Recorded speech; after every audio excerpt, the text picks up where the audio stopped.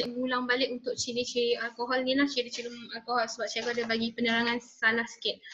Okay, so ciri-ciri umur alkohol ni awak kena tahu sebab apa tahu? Dalam soalan biasanya dia akan bagi tahu awak ciri-ciri dia ataupun dia suruh awak listkan apa dia punya ciri-ciri. So penting Okay, so yang pertama dia tidak berwarna pada suhu bilik. Pada suhu bilik, okay, 24 darjah Celsius biasanya lah suhu bilik 24. Okay, so dia tidak berwarna. Okay, mungkin warna putih, duduk sinar. Ataupun dia mudah meruap. Apa tu mudah meruap kan? Dia keluarkan satu bau yang sangat tajam. Bila bau alkohol, awak rasa macam sakit hidung awak atau sakit mata. Okay, bau yang tajam. Ataupun dia bersifat neutral dan juga dia adalah pelarut organik yang sangat baik lah. Dia boleh larut dengan organik. Okay, larut organik. Okay, kemudian larut di dalam air dan juga lemak. Dia boleh larut dalam air dan juga lemak. Kemudian dia mudah terbakar. Okay, dia mudah terbakar. Kerana apa?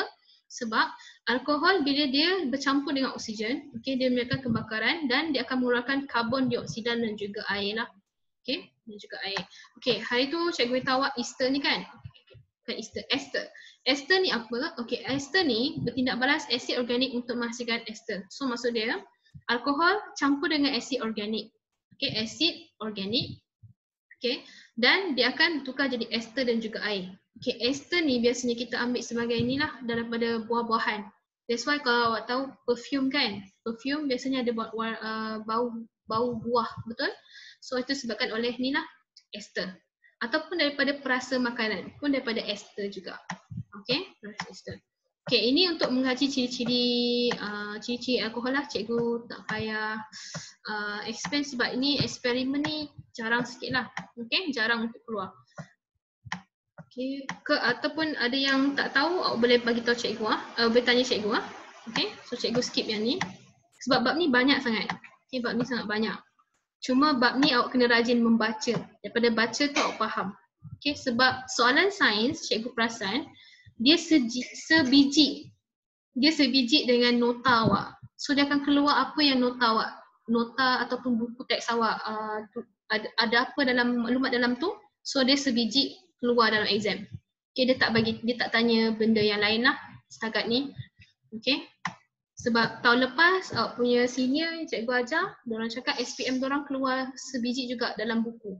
So kebanyakan student cikgu yang bagi tahu cikgu lah, diorang semua dapat B lah, daripada D pergi B ataupun C pergi B. So diorang kalau macam tu cikgu faham lah, maksud dia diorang memang belajar daripada nota lah. Okay, diorang buat latihan. Okay, so kegunaan alkohol, awak nampak alkohol banyak kegunaan dia. Okay, bukan setakat untuk minum saja, tapi dia juga ada pelbagai kebaikan untuk manusia lah. Okay, yang pertama dia bahan api. Okay, dia mudah terbakar. Tapi walaupun dia bahan api, dia tak keluarkan gas yang boleh menyebabkan pencemaran alam. Okay, sebab bila kita bakar dia, awak boleh perasan warna dia warna biru. Okay, dan bila dia warna biru, dia tak keluarkan asap. Okay, dia tak keluarkan jelaga. Apa tu jelaga? Okay, contoh awak bakar kertas, awak nampak tak bila awak bakar kertas akan, serpihan kertas akan keluar. Betul? Macam tu. So tu jelaga. Okay, tu jelaga. Okay, tapi untuk alkohol ni bahan api dia takkan keluarkan jelaga. So that's why dia tak mencemarkan alam sekitar. Okay, kemudian pelarut. Okay, dia boleh kita gunakan sebagai pelarut. Sebagai contoh, shellac. Tahu shellac kan? Untuk warnakan kayu, warna kayu tu. Perabot kayu. So that dia nampak lagi cantik, lagi berkilat lah. Okay. Ataupun dalam deodorant, resin, minyak wangi dan juga bahan kosmetik. Okay, bahan kosmetik untuk awak padam makeup ke apa ke, so kita gunakan pelarut lah. Okay, ataupun awak nak campurkan kosmetik ni dengan kosmetik ni, kita gunakan pelarut. Okay. Ataupun kita tengok sini perubatan. Okay, perubatan etanol digunakan untuk ubat batuk. So itu daripada etanol. Ataupun antiseptik kita gunakan iodine. Okay, so alkohol juga digunakan untuk mencuci kulit sebelum suntikan. So rasa tak yang bila kita kena suntik kan, rasa sejuk tu kan, doktor pakai kapas tu. So itu pun adalah daripada alkohol lah. Okay, daripada alkohol. Supaya tujuan dia untuk apa tu? Sterilkan supaya kawasan tu tiada bakteria ataupun tiada mikroorganisma yang jahat. Okay. patogen macam tu. So kita cuci dia. Okay. Kemudian cecair termometer. Okay. So selalunya okay, kalau awak tengok termometer, okay, yang warna merah tu kan, so itu adalah mercury. Okay. Tapi mercury ni dia tak boleh detect suhu yang rendah. Okay, alkohol je boleh. Nampak? So that's why cecair termometer ni daripada alkohol. Okay, alkohol. Untuk apa? Dia boleh mengesan suhu pada negatif 115 darjah Celsius. Okay, so that's why cecair termometer ni boleh daripada alkohol. Dia ada dua. Satu alkohol, satu lagi mercury. Okay, mercury. Tapi biasanya dekat makmal awak gunakan mercury. Okay. So next, kosmetik. Okay, kosmetik ni macam cikgu cakap, minyak wangi, lotion, penggilap kuku, gincu, tu pun semua ada alkohol juga. Okay. Kemudian minuman keras. Okay, minuman keras daripada etanol. Okay. Kemudian bahan kimia. Okay, bahan kimia, biasanya bahan kimia metanol ni kita gunakan untuk penyediaan formalin untuk memelihara spesimen biologi. Okay. Ataupun etanol digunakan menyediakan asid etanoik ataupun cuka. Okay. Kita boleh gunakan ni juga. Bahan kimia lah. Biasanya spesimen biologi formalin ni untuk tujuan dia tak silap cikgu untuk mencuci. Tujuan dia mencuci. Tapi nanti cikgu cek balik. Okay, sebab nama dia belakang ada 00 kan, OL tu kan. So cikgu kadang-kadang keliru apa dia punya fungsi. Tapi awak just baca yang ni. Awak punya tak banyak. Okay, tak banyak. So just baca kegunaan dia, okay, setiap perbezaan dia. Alright, boleh lah. Ada soalan tanya cikgu ah? Jangan diam-diam saja. Alright, okay, so kemudian kesan alkohol terhadap kesihatan. Okay, ni macam biasa awak hanya baca yang ni. Okay, dia ada banyak side effect dia daripada kebaikan dia lah, alkohol ni. Okay, ini bukannya awak gunakan untuk eksperimen, tapi ini bila orang tu minum. Sebab tu dia kata sini penyalahgunaan alkohol. Sebab apa tau? Tak salah untuk awak minum alkohol, tapi kalau terlampau banyak, ini sebab dia. Okay, contoh otak susah untuk berfikir, keseimbangan otak terganggu. So orang tu sebab tu lah orang yang merokok pula. Orang yang menyalahgunakan alkohol ni dia cepat mabuk dan juga dia boleh boleh buat crime ke contoh sebab dia tak fikiran waras kan. So mungkin dia nampak pisau dia hanya bunuh orang tu ke. Okay, dia tak sedar. Okay, ataupun mata suka fokus, ginjal, okay yang ni, ginjal tu apa? Awak punya kidney, awak punya buah pinggang. Yang ni pun boleh rosak. Sebab dia nak singkirkan toksik dalam badan. Okay, sebabkan tu dia cepat rosak lah. Peparu menyebabkan sukar bernafas, jantung pun degupan dia akan meningkat. Okay, biasanya orang yang mabuk ni, jantung dia akan berdegup laju. So darah dia mengalir pun cepat dalam badan. So, that's why awak nampak kalau orang yang mabuk merah kan, pipi dia, badan dia pun cepat merah. Sebabkan jantung dia cepat pump. Okay. Okay, kemudian hati. Okay. Awak kena ingat hati ni dia tempat untuk simpan bahan-bahan toksik dalam badan awak. So that's why hati ni bila terlampau banyak alkohol dalam badan, hati akan cepat rosak. Sebab tadi cikgu cakap alkohol kalau terlampau banyak dalam badan dia adalah toksik. Okay, sebabkan tu hati akan cepat rosak. Alright.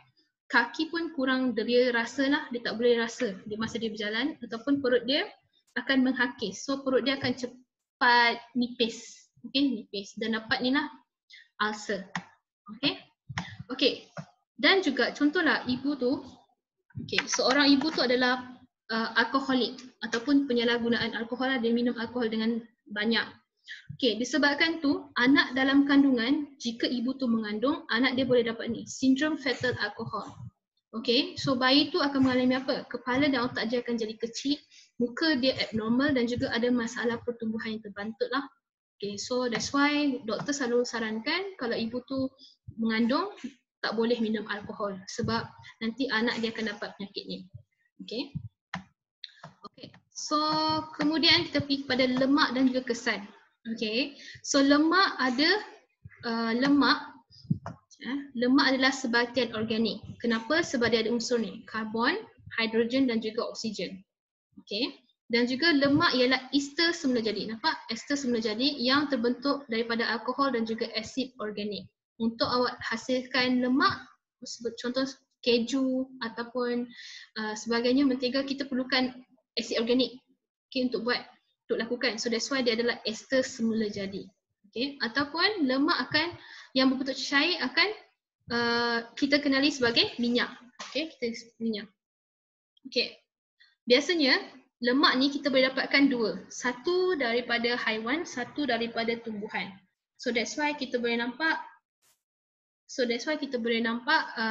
ada lemak yang bentuk pepejal, ada lemak yang bentuk cecair. Okay, so nanti kita tengok macam mana apa dia. So kita bahagikan lemak kepada dua, lemak tepu dan juga lemak tak tepu. Okay, lemak tepu. Nampak tak perkataan tepu? Biasa orang kata, awak kata sendiri kan, cikgu tepu lah otak saya nak belajar. So tepu tu maksudnya padat. Okay, so bila padat je awak ingat macam ni. Okay, semua lemak tepu dia bentuk dia pepejal. Okay, berbentuk pepejal pada suhu bilik. Okay, pada suhu bilik cikgu cakap. Kenapa pada suhu bilik? Sebab kadang-kadang mentega ni awak cairkan dia akan bentuk cecair, betul? Tapi dalam suhu bilik dia pepejal. Okay. Okay, dan lemak tepu daripada haiwan, okay, takat lebur dia tinggi berbanding lemak tumbuhan. Okay, takat lebur dia tinggi. Kemudian lemak tepu dipanggil sedemikian kerana setiap molekulnya mengandungi bilangan atom hidrogen yang maksimum. Kenapa kita panggil tepu? Sebab dia hidrogen dia, bilangan hidrogen dia cukup keliling karbon. Okay, cikgu bagi tahu macam ni ya. Ini apa maksud dia? Okay, contohlah tadi. Cikgu lukis. Sekejap. Okay, contoh bilangan karbon dia C. C. So C ini karbon. Okay, dia kata tadi hidrogen kan? So penuh. Okay, H dia semua ada. H sini, H sini. Molekul H dia dan juga molekul dia mengelilingi semua karbon. Okay, menunjukkan apa tahu? Dia dah tepu. Dia tak boleh masuk lagi molekul lain. Macam ni. Itu maksud dia. Okay, hidrogen ni dah memenuhi karbon. Satu karbon. Okay, so that's why dia tepu. Dia padat. Okay, itu maksud dia. Ada siapa tak faham boleh tanya cikgu ah. Kalau cikgu tanpa laju pun bagi tahu cikgu. Okay. Okay, seterusnya tadi. Okay, contoh lemak tepu adalah mentega, keju dan juga daging lah. Okay, kemudian lemak tak tepu. Dia berbeza, awak hanya terbalikkan saja dengan lemak tepu tadi. So lemak tak tepu daripada tumbuhan, dia adalah cecair pada suhu bilik. Okay. Lepas tu takat lebur dia lebih rendah. Okay, lebih rendah daripada lemak haiwan, maksudnya rendah lah. Okay. Ataupun ni, tidak tepu, dia boleh menerima lebih atom hidrogen untuk menjadi molekul lemak tepu. Okay, tapi proses ni dipanggil penghidrogenan. Okay, ni maksud dia macam ni tau.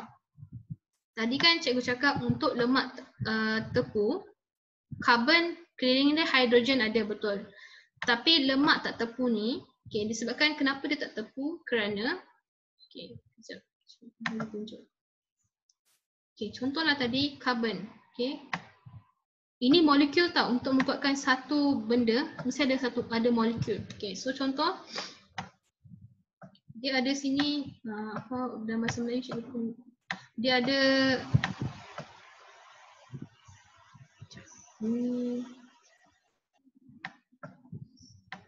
kalau dalam bahasa Inggeris kita panggil sebagai double bond yang ni. So dia kalau dia boleh, sebab tu dalam cecair, sebab ni dia ada double bond ni. Ini single bond ni kalau satu bond, satu ikatan ni, okay, ni dua ikatan. So ni satu ikatan, so dia susah untuk dipecahkan. Tapi kalau dia ada dua ikatan ni, dia longgar tau. So dia tak tepu. Kenapa? Sebab dia longgar yang ni. Dia punya ikatan ni. Ikatan jaringan dua ni. Okay. Okay, so that's why dia lemak tak tepu. Dia bentuk cecair. Sebab ikatan dia ni, tadi kalau kita tengok untuk tepu, okay, ikatan dia satu saja. Okay. Tapi ini lemak tak tepu. Ikatan dia ada ni, dua jaringan ni. So that's why dia bentuk cecair. Dia tak, ikatan dia tak kuat. So dia boleh dalam bentuk, dia boleh terurai. Sebabkan tu dia adalah cecair.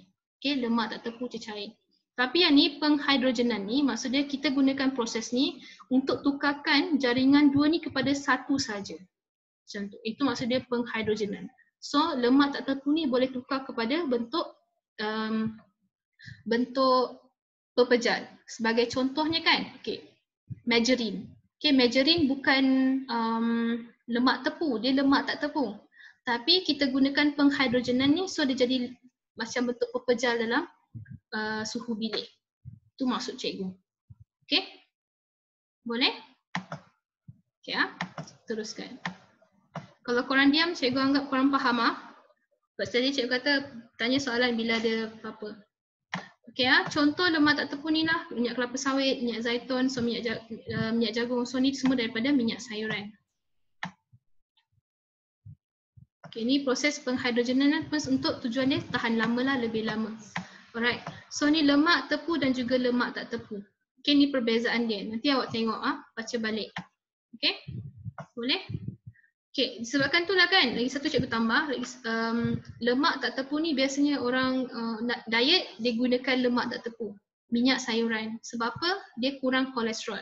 Manakala lemak tepu, dia ada lebih kolesterol. Okey, lebih kolesterol. Okey, kesan-kesan dia. Kalau terlampau banyak kolesterol, maksud dia terlampau banyak makan lemak tepu, dia boleh simpan sebagai lemak. Okey, bila banyak lemak dalam badan tak sihatlah. Okey, terlampau banyak kolesterol. Ataupun lemak ni juga bagus sebab apa tahu? Dia boleh melarutkan. Nampak ni? Melarutkan vitamin A, D, E dan juga K. Apa maksud dia kat sini? Contohlah awak makan vitamin A, tanpa awak makan lemak, vitamin ni tidak diserap oleh badan awak. Okey? Sebagai contohnya. Okey, contoh vitamin A dalam carrot. Bila awak makan carrot saja, tanpa awak makan lemak ataupun ada lemak dalam badan, dia tak boleh larutkan vitamin ni. So bila masuk dalam badan, carrot tu dia tak kena serap oleh sel awak vitamin A dan akan keluar macam tu saja. Tapi contohlah dalam badan awak ada lemak ataupun daripada makanan awak, contoh awak makan carrot dengan daging. Okay, so vitamin A akan diserap dalam sel. Itu maksud dia pelarut kepada vitamin A, D, E, K. Vitamin adik, kita panggil sebagai vitamin adik. Okay, boleh faham Itu maksud dia. Ataupun lemak ni untuk membina membran dan juga sel hormon. Sel dan juga hormon. Okay, membran sel dan juga hormon tertentu seperti hormon seks. Okay, hormon seks tu untuk macam contohlah period ke ataupun persenyawaan ke, so dia kena gunakan lemak lah. Sebab apa tau? Lemak ni bagi tenaga. So disebabkan tu dia akan membina hormon dan juga membran sel. Okay. Ataupun tujuan dia untuk tujuan dia sebagai melindungi tubuh apabila musim sejuk. Sebab dia akan menjadi satu lapisan lah, lapisan haba bagi badan. Okay. So apa tu kolesterol? Okay. Kolesterol tu adalah berminyak warna putih yang dihasilkan oleh tisu haiwan. Nampak dia kata sini tisu haiwan, dia tak kata tisu tumbuhan. Okay, so haiwan saja ada kolesterol. Akan bagi kolesterol lah bila awak makan awak makan haiwan. Okay, contoh dia sini, kenapa kolesterol, ada kolesterol yang baik, ada kolesterol yang tak baik. Kolesterol ni kadang-kadang kita kena ambil kolesterol tapi bukan dalam kuantiti yang tinggi. Okay, dalam kuantiti yang tinggi. Tapi awak jangan salah faham tau, kolesterol bukannya ada pada orang yang gemuk saja. Orang yang kurus pun ada banyak kolesterol juga. Sebab daripada pemakanan, makanan kita ada makanan yang tinggi kolesterol, ada makanan yang kurang kolesterol. Nanti awak boleh cek dekat Google. Sebab tak masuk dalam bab awak, cuma cikgu bagi tahu saja. Okay? Sebab setiap makanan ada, sebab cikgu tengok avocado, contoh avocado, dia mempunyai kolesterol yang baik, So bila awak makan banyak pun avocado, dia akan menurunkan berat badan awak. Sebab dia mempunyai kolesterol yang baik. Okay, kolesterol tak baik cikgu tak ingat lah apa, sebab cikgu search pun sikit tadi, banyak sangat. Okay, so nanti awak boleh tengok kolesterol ni. Apa kepentingan kolesterol ni pada awak ialah ia membentuk bahagian penting dalam sel badan. Okay, diperlukan untuk membentuk hempedu dan juga hormon seks.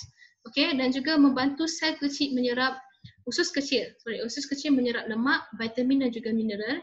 Dan juga kolesterol pada kulit ditukarkan kepada vitamin D di bawah sinar matahari. Okay, so itu tujuan kolesterol. Tapi kalau terlalu banyak, okay, ini adalah penyakit dia. Contohnya batu karang dan juga jaundice. Okay, apa tu jaundice? Batu karang mesti awak tahu kan? Okay, so jaundice ni, okay, biasanya ni disebabkan oleh orang tu hati dia dah rosak. Okay, disebabkan terlampau banyak kolesterol ataupun terlampau hati dia dah kerap keluarkan, kan, dah kerap nak singkirkan kolesterol tu. So disebabkan tu hati dia jadi sakit lah. Okay, dan jaundice ni melemahkan lagi hati tu. So apa jadi pada orang yang ada jaundice ni, mata dia akan warna kuning. Yang mata warna putih ni, dia akan jadi warna kuning. Okay, itu jaundice. Okay, jaundice. Ataupun hipertensi. Okay, hipertensi ni adalah pencetus untuk dapat sakit jantung.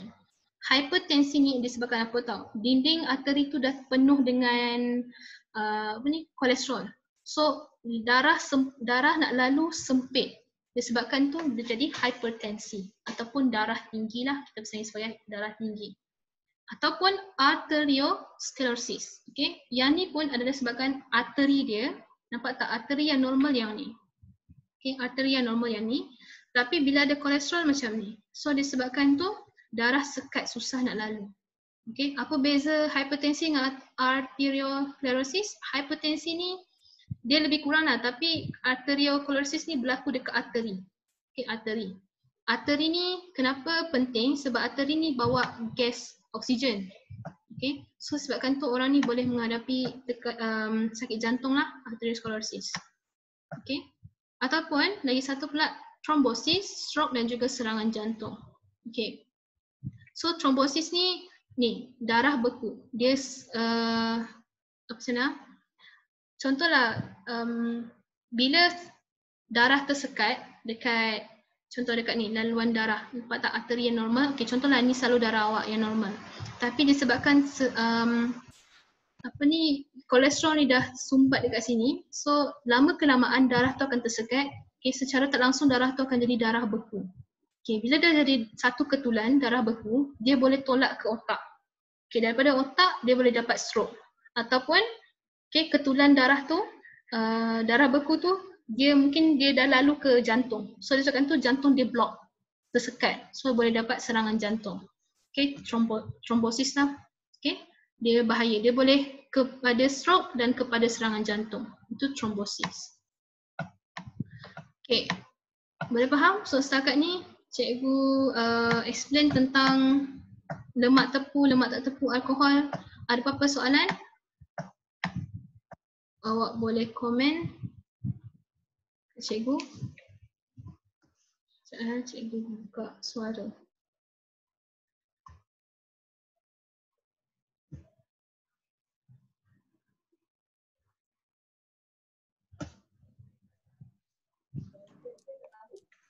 Okey, ada soalan? Siapa ada soalan? Ada?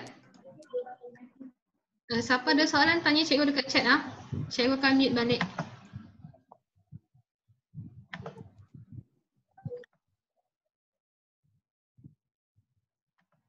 Okey, so cikgu teruskan. Ini adalah kelapa sawit dan kepentingannya kepada pembangunan negara. Okey, kelapa sawit ni tak banyak. Awak kena ingat yang ni proses dia, tapi sebelum tu kita tengok dulu apa dia punya struktur.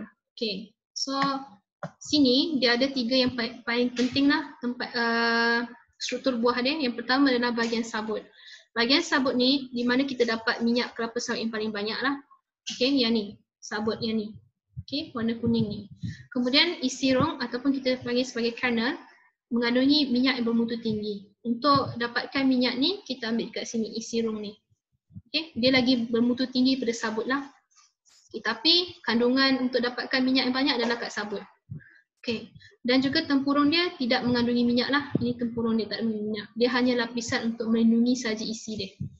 Okay, so untuk tengok proses pengekstrakan minyak kelapa sawit ni, cikgu tengok dalam subjek awak yang ni, dia tak ada suruh awak bagi tahu setiap proses ni lah. dia akan bagi tahu sendiri dan juga dia akan tanya awak apa kepentingan minyak kelapa sawit dan juga minyak isirung sajalah.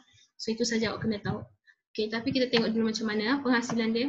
Okey, pensterilan. Okey, pensterilan ni tujuan dia untuk menghasilkan bahan mikroisma yang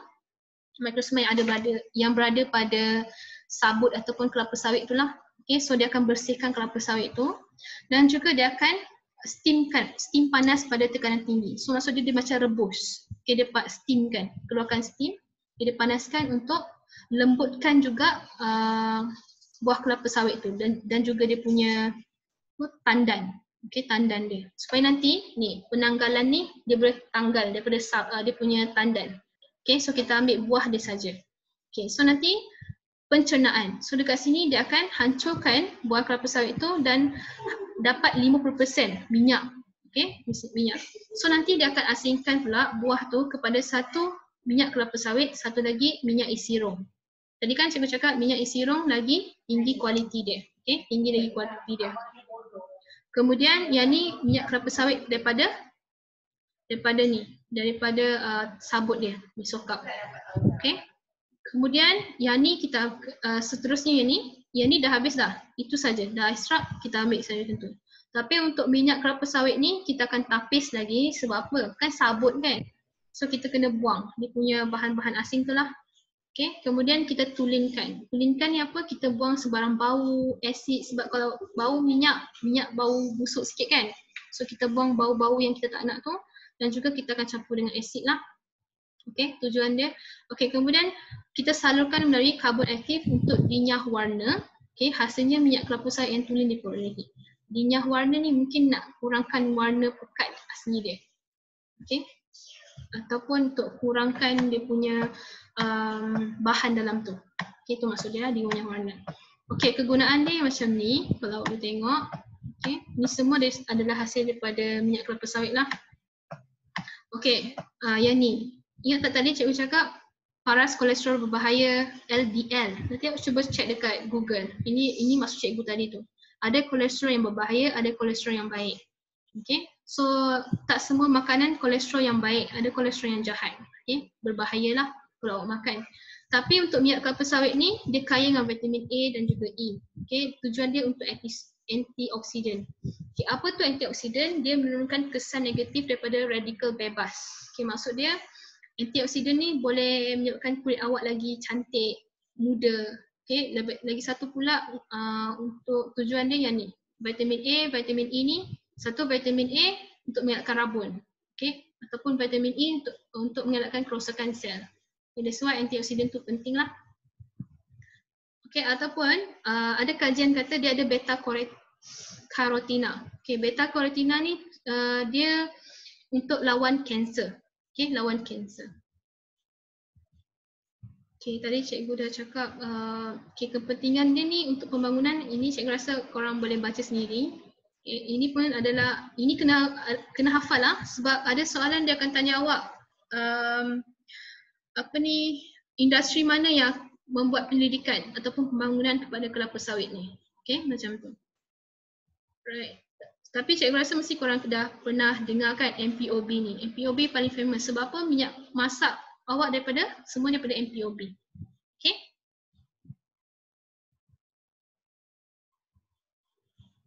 Okay, so seterusnya cikgu pergi sabun. Sebelum tu masa 40 minit tu dah habis. So nanti cikgu akan end ni, korang masuk balik.